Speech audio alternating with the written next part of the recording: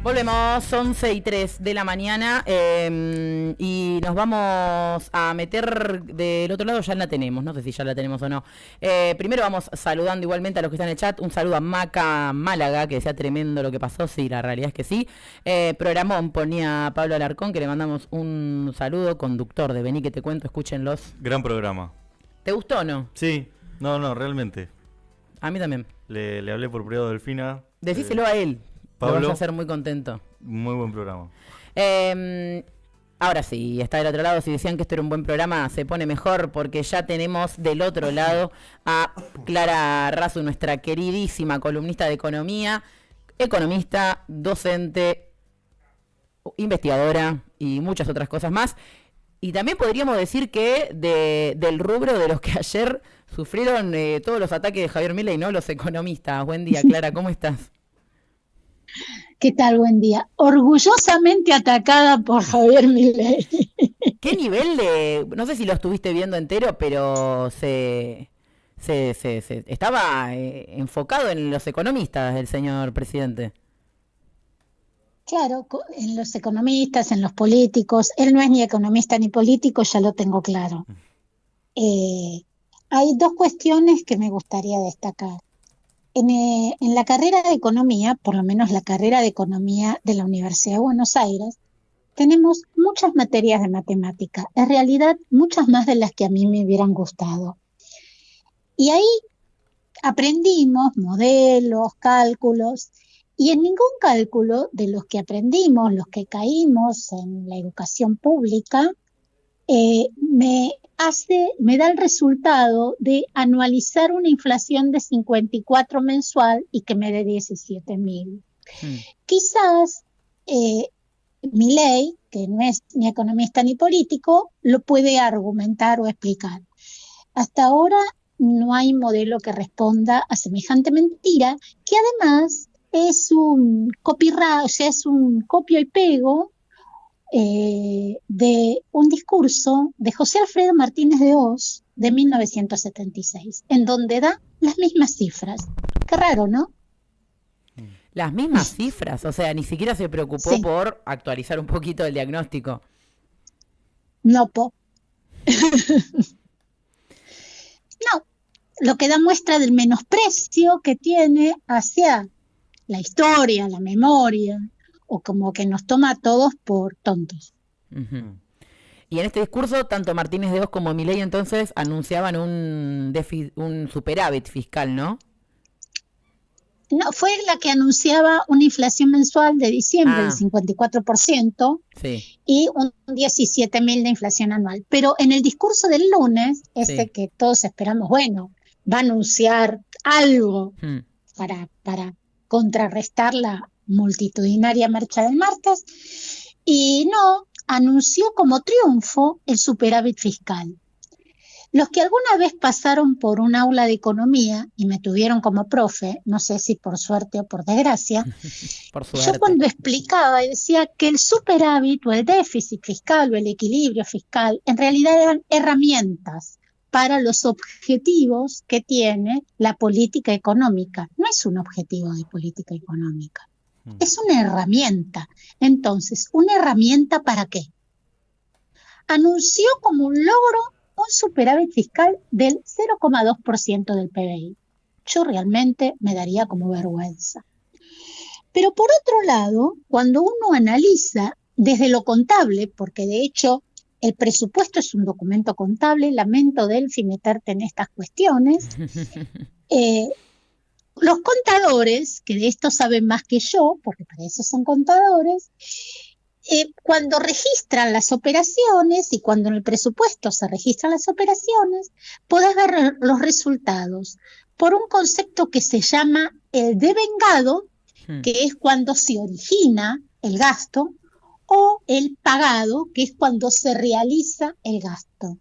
Para que dé superávit, el señor Milei leyó desde lo pagado. Entonces, no tuvo en cuenta el dinero que debe. El devengado sería. Exactamente. Hizo por el pagado y no por el devengado. Entonces, ¿a quién le debe plata? Por ejemplo, a las provincias. ¿A quién le debe plata? A la distribuidora de energía Camesa. ¿A quién le debe plata? Y yo diría que le debe un 37% de guita a los jubilados, un 22% de plata a las obras de capital, o sea, lo que es la inversión en obras públicas. Le debe también un 76% de transferencias a las provincias, y así siguiendo. A cada santo una vela, que decía mi viejo. Por lo tanto, ese superávit fiscal del que él se jacta es una fantasía como Conan. Claro, es algo que salió a apuntar rápidamente la CGT cuando sale con este comunicado diciendo que más que un superávit fiscal tenía una, ¿cómo dijo? Unas deudas gemelas, algo así, ¿no? Exactamente. No, o sea, él se jacta de lo que se llama el superávit gemelos. Superávit gemelos es cuando tenés superávits en lo fiscal, o sea, en lo presupuestario, y en el comercio exterior, o sea, tenés más ingreso de dólares que egreso. Esa es una muy buena situación que la tuvo Néstor Kirchner, pero la tuvo porque los precios de las exportaciones eran altos y porque básicamente había una buena situación fiscal basada en mucha actividad económica. Hoy él se jacta de tener superávit gemelos, no pagando las importaciones y no pagando la guita que le debe a cada uno de los habitantes de este país.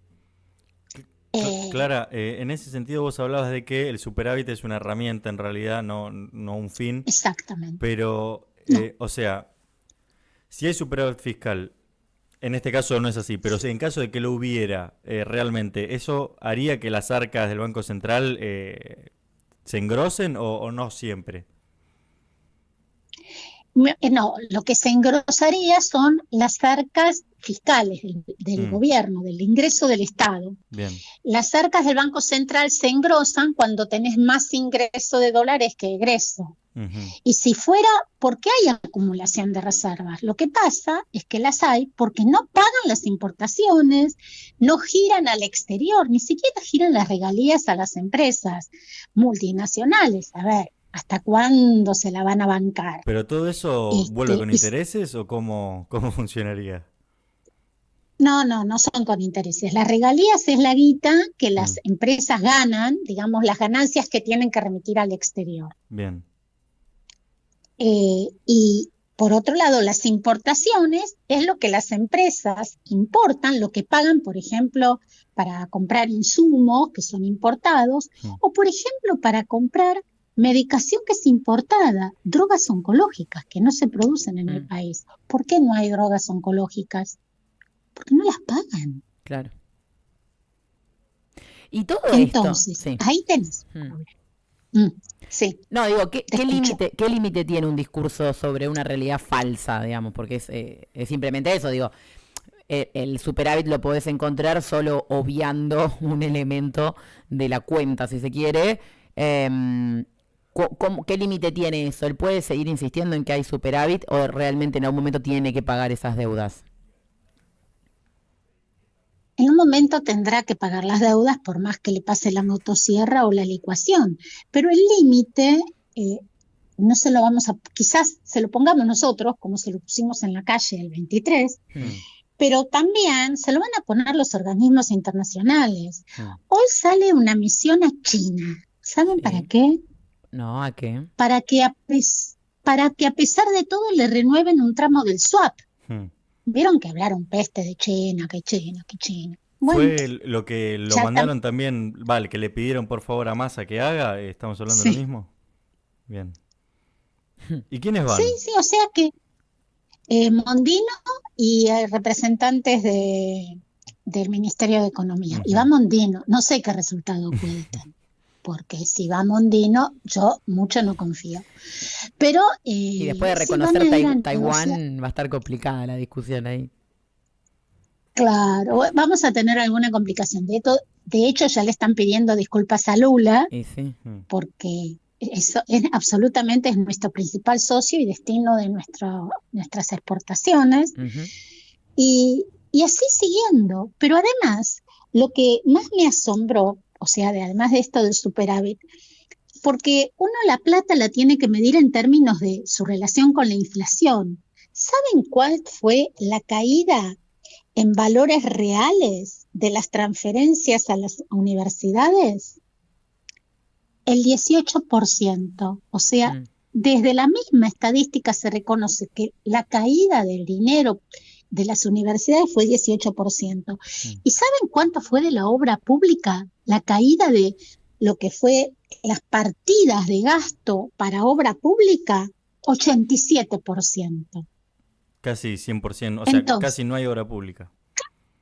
Es que no hay obra pública. Malas lenguas dicen que detrás de la aprobación de la ley base, con algunos gobernadores y algunos legisladores de la oposición amigable, viene por el lado de habilitar algunas obras públicas. Por eso, el superávit se apoya en la inflación, en la caída de los ingresos de jubilados y en el desempleo. Porque un 87% de caída del gasto en obras públicas te redunda en un aumento del desempleo, no porque las obras públicas las haga el Estado, pero el Estado contrata a empresas que contratan trabajadores. Claro. Pero entonces, la repercusión es en la actividad privada. ¿Cómo? Digo, todos esos malabares que está haciendo el gobierno nacional, ¿no? Con la obra, con todo. ¿Cuánto tiempo puede durar económicamente esta ficción? Mira, por lo que vimos el martes, nada, porque ¿cuánto tiempo dura cuando vos tenés que el consumo no tiene piso y cae? Que cada vez hay más gente que no puede pagar los gastos, o sea, no puede pagarse la comida. ¿Cuánto de superávit se puede seguir apoyando en el hambre del pueblo? Hay una frase que a mí me encanta y se la hurtea Carlos Heller, que es: el límite del ajuste lo pone el ajustado. Bueno, ¿cuál es la paciencia del ajustado? Hasta Javier Milei se ufanó y se asombró del aguante que tienen la gente al ajuste. Lo dijo el lunes. Entonces, ¿hasta cuándo? Yo cada vez veo más personas, porque las 800.000 personas de la ciudad de Buenos Aires, casi 1 millón de personas en la calle defendiendo la educación pública, yo calculo, por una cuestión de votos, que había muchos votantes de la Libertad Avanza, bueno, la Libertad Traza para mí en este caso, pero muchos votantes de Milei. Entonces, ¿cuánto tiempo más te vas a hacer cargo de la mentira? Ese es el tema, ¿no? ¿Cuánto puede durar este escenario? A ver, hay yo lo llamo deforestación neuronal. Hay una cuestión de una pérdida de capital cultural que hace que aún creamos en esto. O sea, que aún haya gente que crea que el ajuste te lleva al crecimiento. Yo me remití a Martínez de Oz. O sea, era el mismo discurso. Es el mismo discurso que aplicó Macri. Sí. Y ahora está reforzado en el discurso de la Libertad Avanza, donde la libertad de mercado no se sostiene en sus propias medidas, porque ahora intervinieron a las prepagas, o sea, les pusieron un tope a las prepagas. Bueno, le ponen tope a los salarios, aún del sector privado. Sí, que ayer decía, que decía que hay un ancla para la inflación. ¿Y cuál es el ancla, no? El ancla son los salarios y el tipo de cambio, porque vemos un dólar que está que dicen está apreciado. O sea, Argentina es cara en dólares, pero además es un tipo de cambio en el cual el mismo presidente alienta que compres en el mercado negro los dólares y que no compres en el oficial, donde está alentando además la evasión impositiva, porque cuando vos compras en el mercado oficial pagas el impuesto país, si compras en el mercado negro no pagas el impuesto país. Y por lo tanto, el tema de ese tipo de cambio que se le evalúa al 2% mensual, que es mucho menos de lo que es la inflación, se aprecia, pero no es competitivo para los exportadores. Claro. Están esperando la liquidación de la cosecha gruesa. Bueno, yo creo que hay muchos que le dijeron esperá sentado, porque van a liquidar lo necesario para hacer frente a los gastos. Y no van a liquidar, y de hecho, en Expo Agro, lo más vendido fue el silo bolsa. Ah, bueno. Para guardarlo bien guardado. ¿A quién beneficia? El problema es que si hay una devaluación, aumenta la inflación. Claro. Sí, están realmente en donde se van a tener que posicionar. Pero por eso, ¿cuánto más lo puede pisar esto al gobierno? En términos prácticos, ¿cuánto puede pisar todo esto que está haciendo? En términos prácticos, pasado mayo y mediados de junio, si no devalúan y no le liquidan, y el swap no se renueva, y la gira de Caputo, que tuvo que terminar pidiéndole ayuda a la CIA para que aprieten al fondo, va a ser muy difícil. Claro. Ay, no, que no sea el día de mi cumpleaños, qué bajón. Clara, gracias. No, vamos a pelear para que no sea así. Cualquier cosa lo festejamos con una marcha, ¿dale? Dale, bueno, y sí, ya lo he tenido. Tipo, la vez que casi se aprueba el aborto fue el día de mi cumpleaños también. Así que puede que sea una nueva oportunidad de revancha. Gracias, Clara. Gracias a ustedes, un abrazo fuerte y bueno, y a seguir peleando, no resistiendo, a seguir mostrando las propias contradicciones del señor que dice ser economista. Ahí pasaba entonces con un saludo muy grande que le dejamos a Clara Razu, con todo el análisis de lo que es el supuesto superávit fiscal del gobierno nacional. Sí. Que salió a defender Milei el lunes, que lo volvió a defender anoche, pero que no es real, porque como decíamos el otro día, si no pagas las deudas siempre te va a dar por arriba sí. el superávit. Así que, bueno, ahí la teníamos explicándolo. Mientras tanto, el gobierno está negociando ahí para que la ley ómnibus finalmente entre hoy a ser discutida en comisiones. Interesante también que se va a China. Sí, Mondino se va a China, sí. Si quieren siempre seguir el tour de Mondino por el mundo, en Marcha de Gigantes estamos cubriendo la agenda. Bien, porque bueno... Por ahora es un derrotero total. Hablábamos de lo discursivo, en lo discursivo ya no tiene lugares donde puede decir fuimos 100% coherentes con lo que dijimos. No, se están yendo a China, le pidieron perdones a Lula, están tratando de armar una bilateral entre Lula y Milei para arreglar ese vínculo, porque se viene la negra y se pelearon con todos los actores que nos podían prestar plata. Que no nos escuche Joa, nuestro querido amigo, pero y si pronto le decimos al BRICS, che, al final volvemos. Entrar, sí. Me parece que Colombia nos está ganando de mano, está ganando de mano a Colombia, dormimos en los laureles. Ay, Dios querido. Bueno, así seguiremos entonces analizando la realidad del país, de la economía y de este gobierno. Mientras tanto, escuchamos Excursiones de Suárez y el informativo regional de Farco. A la vuelta seguimos con mucho más.